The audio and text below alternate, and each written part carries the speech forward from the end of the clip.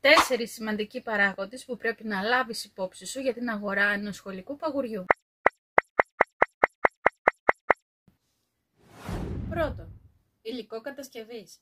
Επιλέξτε ένα παγούρι που είναι κατασκευασμένο από ασφαλή υλικά, όπως ανοξίδωτο ατσάλι ή μπράφριο πλαστικό, για να αποφύγετε επιβλαβή χημικά για την υγεία σας.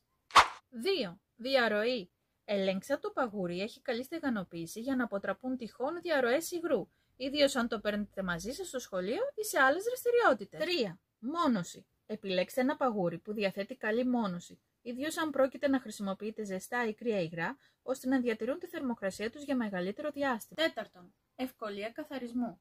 Προτιμήστε εκείνα που μπορούν να πληθούν στο πλυντήριο πιάτων ή έχουν ευρεία ανοίγματα για να έχουν ευκολότερη πρόσβαση στο εσωτερικό.